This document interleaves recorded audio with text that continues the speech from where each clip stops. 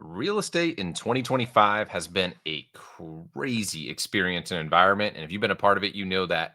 In this video, I want to give you an update here in Hernando County area. It'll touch into Citrus, touch into Pasco, and this will be no pulled punches. I want to talk about what real time has happened to me in the trenches and what I'm seeing right now. So if you want to see what's going on in the real estate market, are things going up, are they going down? Is it going to be a crash? All these conversations you've had all year long. Stick around. We're going to go into it right here. So, we're going to talk about the Hernando County market. Again, in my experience, we work in Hernando County, Citrus County, Pasco, and even outskirts there. This is going to pretty well parallel to all of those markets. If you live a little further south, like going south of Tampa, it's going to be a little bit more extreme. And maybe I'll mention that somewhere inside of this video. So, when we hear about the market and we're talking about the market, a lot of things come up. The word crash comes up a lot, but really what's happening here is we're balancing. You have to know what it looked like in 2020 and 2021.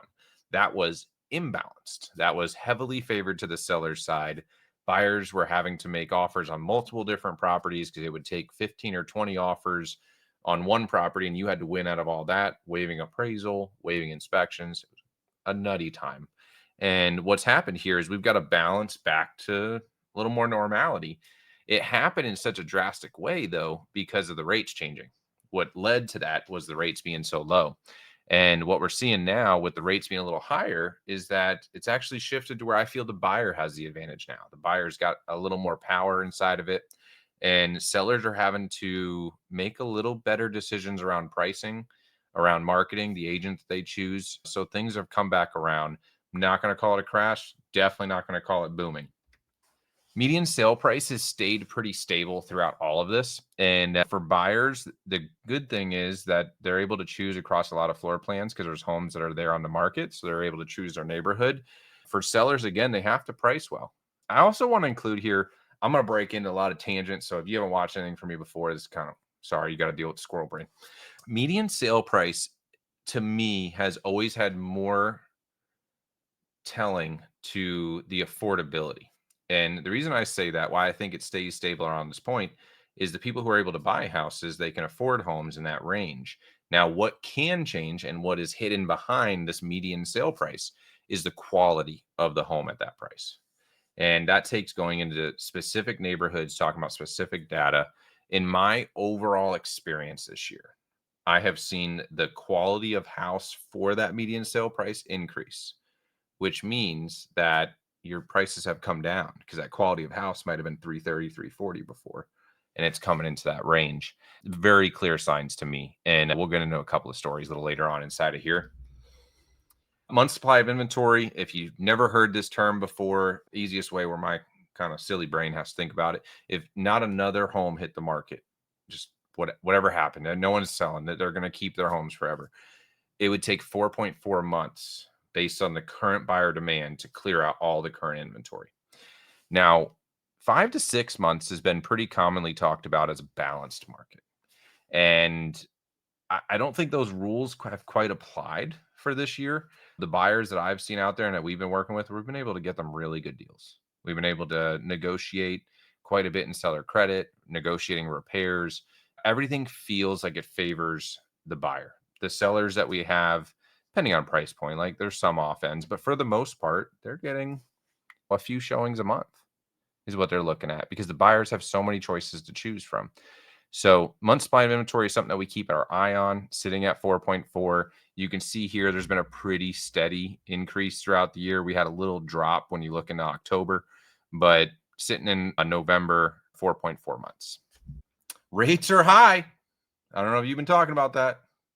Historically, they're kind of in the middle. What is high is the combination of rates and prices. And those two coming together is affordability, is what it is. And that's what has led us to this problem. The lack of affordability inside of homes has made it so less people can afford to buy homes. And if you have less people who can afford to buy homes and the same amount of people want to sell them, you're going to see inventory rise. And then you're going to see prices fall because when you have more homes competing with each other to find the buyer, and the scarce thing is the buyer, it's going to favor the buyer. So the prices are going to come down. Big thing that I want to talk about is finding where you can New construction is a lot of them are offering 3.99 fixed rates, 4.99 fixed rates. They're offering optional buy downs on top of that. Climate that I see is we're going to have rates around this. We're in between, you got kids 6, 7 right now, but even fives, I don't see it going drastically below that. That's why you're hearing this administration and the Fed talk about new options, portability, 50-year mortgage, because they can't drastically reduce that rate because they know that's going to lead to higher rates of inflation. And I wouldn't count on that anytime soon. So if you can lock in a 3.99 rate with one of these local builders, rock and roll, rates are going to be there. The benefit of buying right now, I think it's a great time to buy, is you can choose your area, your floor plan, you can be patient, and there are tons of homes on the market. We've seen more problems with buyers struggling to get to a decision because of how many homes that they have, and they're constantly trying to find the perfect thing, which can be frustrating from my end. But if I was a buyer on the other side, I totally understand it when I think about it. It's a really good time to buy. You have tons of options. You can get really good deals at this point in time. Days on market always tell you a story.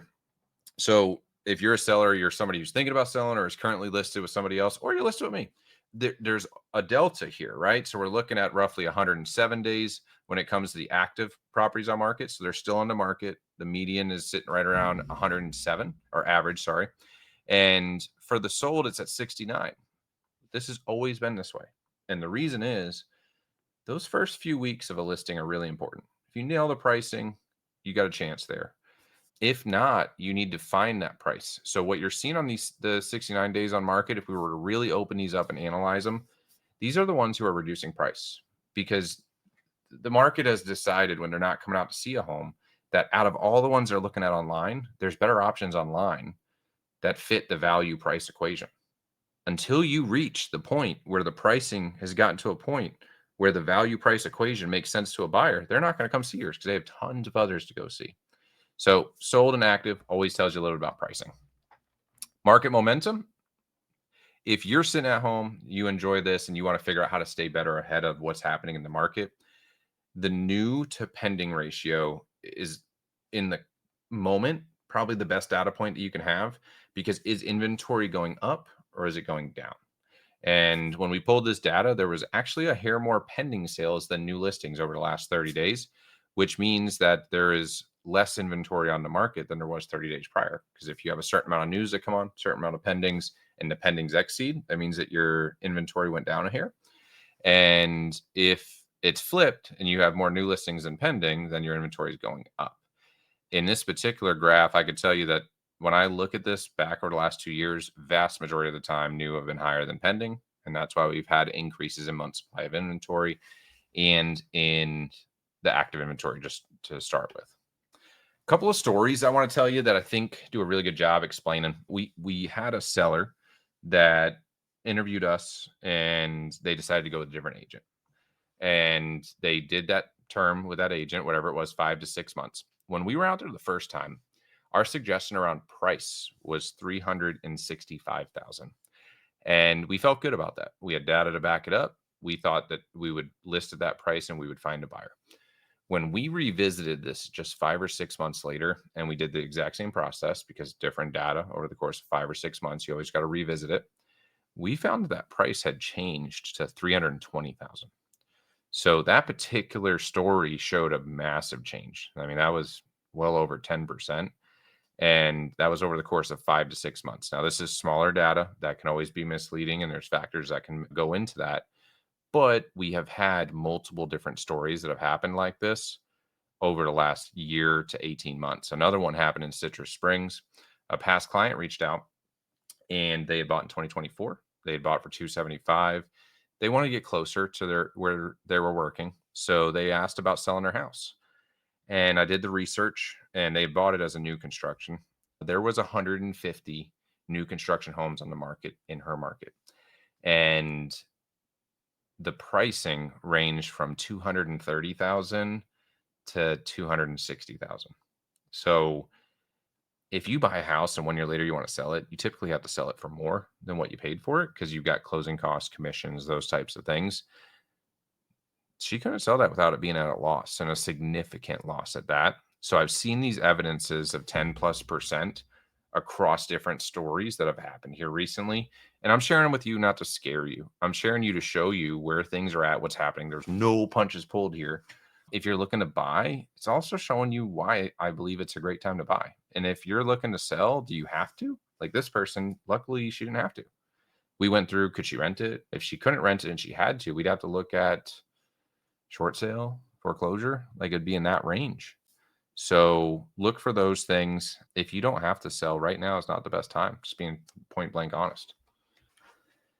Great time to buy. We covered a lot of this. Less competition, more negotiating room. Builder incentives is if I was buying a house right now, I would buy a new construction house. They're offering you a 3.99 fixed rate. They're offering you closing cost incentives. You get a brand new house where you don't have to worry about much for the first 10 years. And they're leading in price. Kind of what making resale pretty hard. Better deals are constantly appearing. Power has definitely shifted to the informed buyers. Just being honest in the selling climate, right? So buyers have the leverage. If you are either you have to sell or you have a ton of equity, where like let's be real, if you bought this house in 2017, you're still way up on the game. So if you have a significant reason why you want to move, it's still okay. But you need to price aggressively. And there's a value equation. I can tell you that when you have this many homes on the market, the big things matter. The roof matters, the kitchen matters, the flooring matters, the bathroom matters. These things come up, how it appears from the outside. So when you do a consult, your agent should be giving you instruction on what's happening on the outside. Do we need to pressure wash? Do we need to do landscaping? Your agent should not be suggesting that you put new kitchens and new bathrooms. You're not remodeling your whole house. That's just going to come into your pricing. And sometimes it could make sense, but it's going to be very hard to pinpoint, is it worth putting 20K into a kitchen? If you're planning to stay in your house, the lesson that can be learned of that is it's Christmas time. Might be time to think about putting in the new floors. Might be time to think about putting in the new kitchen. These are great improvements that do translate over time. So point blank, if you have a ton of equity and you're looking to move areas, get closer to family, you can still sell today. I don't want to scare you out of thinking that's possible, but you need to work with somebody who knows what's going on, somebody who does a very high level of presentation and marketing, because we need your property to be well exposed. I would also ask them if they work with the Zillow Showcase product. I don't think there's a better marketing product out there right now than the Zillow Showcase product. So whatever agent you choose, it should be that. This isn't a pitch session for me, but if you wanted me to come out and give you a free estimate of what it would take and what we need to do in a consultation, happy to do that. Kind of went over what I'm seeing every day. Guys, it's been a tough year. So sales wise for me, we've been okay, but buyers are winning. Sellers have had really tough conversations up front. In order to win, I'm going to tell you just a personal story myself. You have to do price reductions. I bought a house. I was a renovation project. I planned to make something like $30,000 in this renovation project. Well, we got it up there, got no traction, and we ended up reducing about $30,000 worth before we finally got an offer. And it took us doing that to get to the point where somebody would be interested enough to buy it. And in that particular house, we about broke even. It was painful. I didn't like it, but it doesn't mean I'm going to change my principles that I'm telling to every client that I have. It does work. If people are not coming out to see it to show your house, it's because they're looking at the long list and they are swiping by yours is one thing, or they're not even making it to yours. If you're looking for a 3-2 pool home in Spring Hill, there might be 100 of those. Think about yourself on Zillow. Are you really going to swipe through 100 homes? 20, 30, you're bored and your kid distracted you or you got to go do that. No, you're not doing it. So make sure your home is very well presented. It's also why I believe inside of the showcase product, but also make the reductions. If your home's not selling, I'm sorry, it has to do a price. There is a price that somebody will pay for your home today. And you do have to make those adjustments over time. Lastly, again, this isn't a pitch session. I do care about people. I go out and do these things for free all the time. And a lot of times it's not even the right time to sell. I've talked a lot of people into renting out their house, to figuring out how to refinance their house, to staying in their house because the finances and how things would change. But if this is something that you are thinking about, I'm happy to come over, sit down, do one of these sessions, personalized for your house. And the same on the buy side. This is a great time to buy a house. And if you want to have a bigger conversation about that, I'd love to break that down and have that conversation. As always, have a Merry Christmas. I hope you guys have a blessed day.